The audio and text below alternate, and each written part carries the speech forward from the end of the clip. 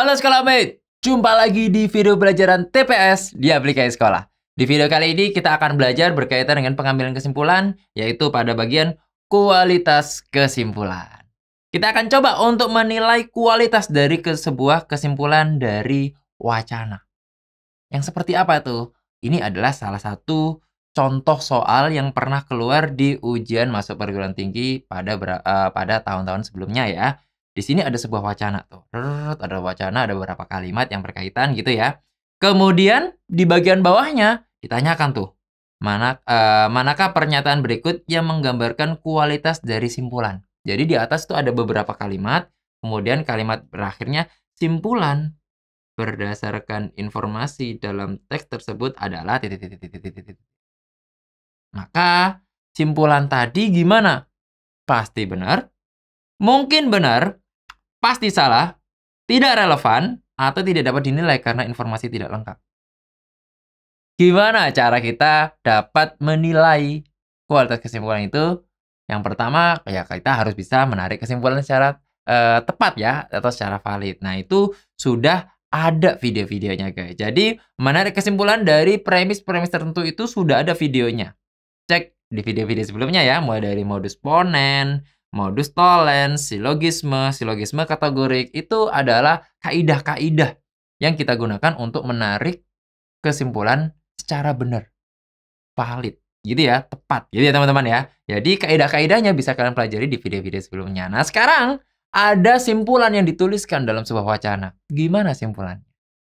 Nah kita akan coba untuk mempelajari apa saja yang disebutkan kesimpulannya itu pasti benar, atau kesimpulan yang benar, atau kesimpulan yang mungkin benar, dan seterusnya ya. Kita akan coba bedah satu-satu ya kemungkinannya ya.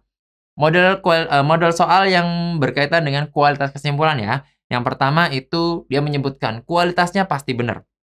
Maksudnya kualitasnya pasti benar itu maksudnya adalah kesimpulannya sudah sesuai dengan kaidah. Nah, yang pertama sudah sesuai dengan kaidah. Jadi kaidah-kaidah yang kita sudah pelajari itu dia memenuhi kaidah-kaidah tadi. Dia memenuhi kaidah-kaidah tadi serta premisnya itu diketahui di wacana. Jadi premisnya itu sudah sesuai dengan yang ada di wacana. Jadi benar-benar sama dengan yang dibicarakan. Maka kalau kesimpulannya seperti itu, maka dengan kaidah-kaidah yang sudah tepat dan premisnya sudah sesuai dengan yang ada di kesimpulan dan wacana, maka itu pasti benar. Contohnya seperti ini ya, contohnya ya, ini contoh aja. Tumpukan sampah di sungai ditambah dengan debit air sungai yang tinggi menyebabkan terjadinya banjir. Premis 1. Kemudian terlihat bahwasanya ada banyak tumpukan sampah serta debit air sungai yang tinggi. Maka dengan kaidah penarikan kesimpulan ini bisa kita tuliskan dalam implikasi ya teman-teman ya, yaitu modus ponen. Jika P maka Q, sebenarnya ada dua ya. Di sini kakak tuliskan P dan Q gitu ya. P-nya itu adalah tumpukan sampah di sungai, ditambah dengan Q-nya itu adalah debit air sungai yang tinggi, menyebabkan R. R apa R? R itu adalah terjadinya banjir. Gitu ya. Kemudian, dilihat ternyata ada banyak tumpukan sampah serta debit air tinggi. Maka kesimpulannya apa kesimpulannya? Oh, dengan modus ponen kita bisa mengambil kesimpulannya pasti R. Apa itu R? Terjadi banjir. Oh, sudah sesuai dengan premisnya. Maka, kalau kesimpulannya terjadi banjir, maka itu adalah kesimpulan yang pasti benar. Gitu ya. Nah, kalau yang lainnya gimana kalau yang lainnya? Ada pertanyaan atau statement bahwasanya kesimpulan tersebut mungkin benar. Kalau mungkin benar itu yang mana? Kesimpulan yang diambil itu tidak menggunakan premis yang sama pada wacana. Dia tidak menggunakan premis yang sama, namun serupa dengan logika pengetahuan umum, ya. Tentunya dengan kaidah yang benar ya. Jadi dengan kaidah yang benar, tapi premisnya nggak sesuai dengan wacananya. Misalkan seperti ini. Tumpukan sampah di sungai ditambah dengan debit air yang tinggi menyebabkan terjadinya banjir. Kemudian premisnya banyak tumpukan sampah serta debit air sungai yang tinggi. Kemudian kesimpulannya air sungai akan meluap. Harusnya sih kalau kita bilang ya harusnya kesimpulannya R itu apa? Banjir harusnya kesimpulannya. Kalau banjir pasti benar. Tapi karena dia bilang air sungai akan meluap, Ya, serupa lah ya, serupa. Ya, serupa. Nggak tepat, sama, nggak pasti bener gitu ya, nggak pasti bener ya. Karena meluap ya, meluap itu bisa jadi keluar dikit gitu ya. Airnya menggenang sedikit, mungkin seperti itu ya. Jadi karena serupa, ya sudah kita bilang kalau kesimpulan itu mungkin benar. Jelas ya? Jadi pasti benar, itu dia kaidah-kaidahnya sesuai dan premisnya digunakan sama. Tapi kalau mungkin benar, kaidahnya sudah sesuai, tapi premisnya mungkin serupa dan harus menggunakan logika pengetahuan umum dalam menjelaskan. Mungkin benar. Apalagi yang kualitas kesimpulan yang lain? Bisa jadi kita akan ketemu dengan kualitas kesimpulan yang pasti salah. Kalau pasti salah, ini yang kayak gimana kondisi-kondisinya? Yang pertama, kesimpulan yang diambil dari premis yang tersedia dengan cara yang salah. Kita udah ngajari nih di video-video sebelumnya gimana cara ngambil kesimpulan. Modus ponen caranya seperti ini. Kalau cara seperti ini, salah. Modus tolen cara seperti ini. Kalau cara seperti ini, salah. Silogisme seperti ini. Kalau seperti ini, salah. Kemudian ada kuantor. Maka seperti ini tidak bisa diambil kesimpulan dan seterusnya. Itu adalah kaidah-kaidah yang kita pelajari cara pengambilan kesimpulannya. Selain itu salah. Atau bisa jadi dia berlawanan dengan isi wacana. Jadi bukan kaidahnya yang salah, tapi isi wacananya dia sudah berlawanan gitu ya. Contohnya mungkin seperti ini. Ini contoh, salah satu contohnya ya. Tumpukan sampah di sungai ditambah dengan debit air sungai yang tinggi menyebabkan terjadinya banjir. Rumah Andi terjadi banjir. Itu adalah premisnya gitu ya. Maka kesimpulannya, rumah Andi dekat dengan sungai yang banyak tumpukan sampah dan debit airnya tinggi. Itu pasti salah. Cara kaidah salah. Gimana kaidahnya? Kita coba tuliskan ya. Tumpukan sampah di sungai ditambah atau dan gitu ya, dan debit air sungai yang tinggi menyebabkan terjadinya banjir. Gitu ya. Maka kalau P maka Q, maka kesimpulannya jelas. Kesimpulannya apa? Terjadi banjir. Tapi kalau kakak balik, P maka Q, bukan P maka Q ya. P dan Q, tumpukan sampah dan debit air yang tinggi menyebabkan terjadinya banjir, kemudian terjadi banjir. Apa kesimpulannya P dan Q? Pasti terjadi. Tidak, ini bukan pengambilan kesimpulan yang tepat. Itu salah. Tidak boleh dibalik seperti itu. Jadi jika rumah Andi terjadi banjir, itu tidak bisa diambil kesimpulan. Jadi kesimpulannya pasti salah. Atau bukan kaidahnya yang berlawanan, tapi secara teks sudah salah ya. Contohnya seperti ini, tumpukan sampah di sungai ditambah dengan debit air sungai yang tinggi menyebabkan terjadinya banjir. Sungai A banyak tumpukan sampah dan debit airnya tidak tinggi. Kesimpulannya sungai A tidak terjadi banjir. Lah gimana caranya? Pasti kalau ada tumpukan sampah dan debit airnya tinggi, pasti terjadi banjir. Lah dia nggak terjadi banjir, itu udah berlawanan dengan isi wacana. Jadi dia pasti salah. Kebayang? Lanjut, bisa jadi kita ketemu dengan kesimpulan yang informasinya tidak cukup atau tidak lengkap, sehingga kita tidak bisa mengambil kesimpulan. Kenapa? Karena kesimpulannya diambil dari sebagian premis yang tersedia di wacana. Contohnya seperti ini. Tumpukan sampah di sungai ditambah dengan debit air sungai yang tinggi menyebabkan terjadinya banjir. Ternyata banyak tumpukan sampah di sungai. Kesimpulannya apa? Terjadi banjir. Di sini syaratnya ada dua. Di sini syaratnya ada dua. Gitu ya, P maka Q. Bukan P maka Q, P dan Q. Syaratnya ada dua. Maka supaya terjadi banjir sesuai dengan premisnya yang kita anggap benar, maka harus dua-duanya terpenuhi. Jadi kalau salah satu saja yang disebutkan, sedangkan yang lainnya tidak dijelaskan iya atau tidaknya, kita nggak bisa ambil kesimpulan. Kenapa? Karena premisnya itu hanya sebagian saja yang disebutin. Gitu ya. Misalkan, banyak tumpukan sampah di sungai, kemudian dilengkapi nih. Dan debit airnya tinggi. Oh, terjadi banjir, bener. Banyak tumpukan sampah di sungai, tapi alirannya debitnya rendah. Oh, terjadi banjir, salah. Pasti salah. Tapi karena di sini premisnya kurang, maka kita tidak dapat mengambil kesimpulan. Kenapa? Karena dia tidak lengkap. Informasinya tidak cukup. Gitu ya. Kebayang? Ada satu lagi nih jenis apa namanya? Jenis model soalnya yang kesimpulannya itu tidak relevan. Yang kayak gimana tidak relevan tuh? Kesimpulan diambil sama sekali berbeda dari premis yang tersedia di wacana. Biasanya subjeknya yang berbeda, atau predikatnya yang berbeda, atau objeknya yang berbeda dari pembicaraannya. Contohnya seperti ini. tumpukan sampah di sungai ditambah dengan debit air sungai yang tinggi menyebabkan terjadinya banjir. Terlihat tumpukan sampah di sungai. Kemudian kesimpulannya, warga sekitar sungai banyak yang buang sampah di sungai. Lah, tadi kita ngomongin sampah, sampah ini menyebabkan banjir. Kesimpulannya warga banyak yang membuang sampah di sungai. Ngomongin warga tiba-tiba, itu tidak relevan. Jelas? Maka model-model kualitas kesimpulan seperti ini itu yang akan coba kita pecahkan. Maka dari rangkaian penjelasan tadi itu bisa kita tuliskan dalam skema seperti ini. Yang pertama kita lihat dulu antara premis dengan kesimpulannya.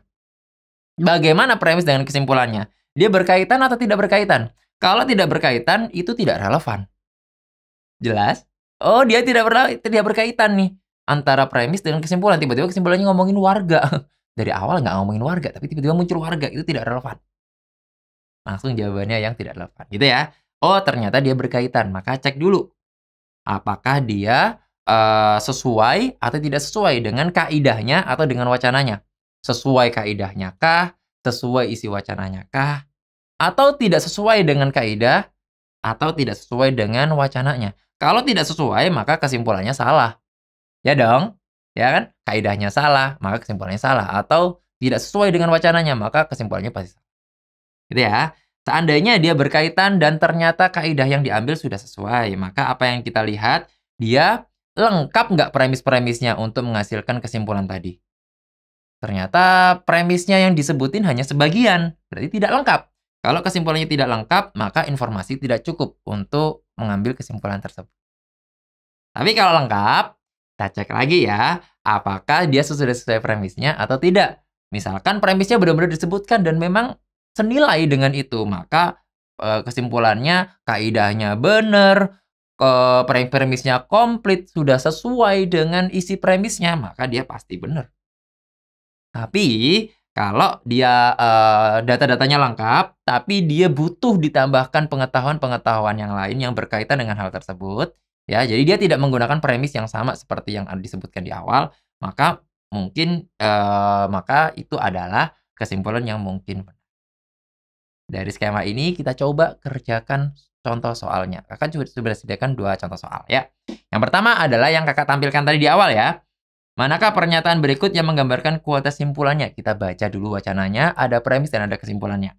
Dalam beberapa bulan terakhir, diberlakukan syarat bagi penumpang kereta api untuk menunjukkan tiket, KTP, dan surat keterangan sehat kepada petugas stasiun. Ricky telah memiliki tiket kereta api dan merasa dirinya sehat. Itu adalah premis-premisnya ya. Simpulan berdasarkan informasi dalam teks tersebut adalah Ricky dapat melakukan perjalanan dengan menggunakan kereta api. Bagaimana kesimpulannya? Yuk kita coba lihat premisnya ya. Bahwasannya untuk dapat melakukan perjalanan dengan menggunakan kereta api syaratnya ada 3, yaitu tiket, KTP, dan surat keterangan sehat. Ada 3 syaratnya ya. Kemudian kita lihat gimana si Ricky. Ternyata Ricky memiliki tiket. Alhamdulillah udah beli tiket ya. Berarti bisa naik kereta api. Kita lihat syarat yang lain. Dia memiliki tiket kereta api dan merasa dirinya sehat ya, merasa dirinya sehat. Kakak merasa diri sehat ya, bisa nggak ngaku gitu ke petugas stasiun ya? Petugas stasiun hanya menerima surat keterangan sehat. Jadi dia punya surat keterangan sehat nggak? Ya harus dicek dulu ke dokter misalkan, ke dokter. Maka nanti dokter akan ngeluarin surat keterangan sehat atau sakit gitu ya teman-teman ya. Jadi ketika merasa dirinya sehat itu berarti belum memenuhi surat keterangan sehat. Surat keterangan sehatnya belum ada. Dan di sini Ricky juga belum diceritakan dia punya KTP ya. Jadi syaratnya belum komplit. Karena syaratnya belum komplit, premisnya belum lengkap. Udah diambil kesimpulan aja bahwasanya dia bisa melakukan perjalanan kereta api. Bisa nggak diambil kesimpulan seperti itu? Maka jawaban kita, simpulan tidak dapat dinilai karena informasinya tidak cukup. Dia punya KTP nggak? Dia sehat, dia udah punya surat keterangan sehat belum? Gitu ya. Kecuali ada pernyataan bahwasannya dia memiliki tiket kereta api dan positif COVID-19 gitu. Terkonfirmasi positif 19, maka dia nggak mungkin dapat surat keterangan sakit. Itu salah kalau dia bisa melakukan perjalanan. Hanya saja di sini dia bilang merasa dirinya sehat. Berarti belum tentu ya. Belum tentu dia sakit. Dia Mungkin sehat tapi belum punya surat keterangan sehat, jadi belum komplit. Makanya kita ambil jawaban yang kebayang? Satu lagi ya. Penyakit mulut dan kaki atau PMK yang menjangkit hewan ternak belakangan ini menjadi perhatian Dinas Peternakan. Ciri hewan yang terjangkit PMK adalah mengalami luka di area mulut, hidung atau kaki, pincang atau sulit bergerak, serta air liur yang berlebih atau hipersaliva. Nah, jika hewan sehat, dinas akan memberikan sertifikat sehat sehingga hewan tersebut dapat diperjualbelikan. Kemudian ada pernyataan, sapi Pak Hendy sehat namun memiliki luka di daerah kuku kakinya. Kesimpulan yang dapat diambil adalah, sapi Pak Hendy mendapat sertifikat sehat dan dapat dijual sebagai hewan kurban. Kita lihat premisnya ya, bahwasanya di sini ada sebuah penyakit yang disebutkan di awal paragraf ini, yaitu ada penyakit mulut dan kaki di mana ciri-cirinya adalah memiliki luka nih. Lukanya apa? Di daerah mulut, daerah hidung, atau daerah kaki. Nah, ciri-ciri yang lain, ia pincang kakinya. Karena kakinya pincang, dia mungkin akan sulit bergerak, lebih sering tiduran gitu atau berbaring gitu ya. Dan air liurnya berlebih. Nah, jadi kalau ada beberapa ciri-ciri tersebut, maka ciri-ciri tersebut pasti dia mengalami penyakit, dia nggak sehat, gitu ya.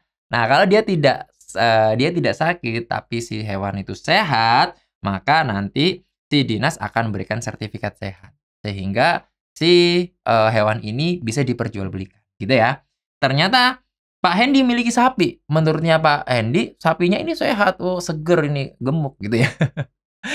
Tapi dia punya luka. Dia memiliki luka di daerah kuku kakinya, ada lukanya, mungkin kuku kakinya terkelupas atau apa gitu ya. Nah, ini ada ciri-ciri yang disebutkan di atas. Ciri yang disebutkan di atas adalah dia mengalami luka di daerah kaki, ya kuku kakinya kan yang tadi luka, berarti ada ciri-ciri itu.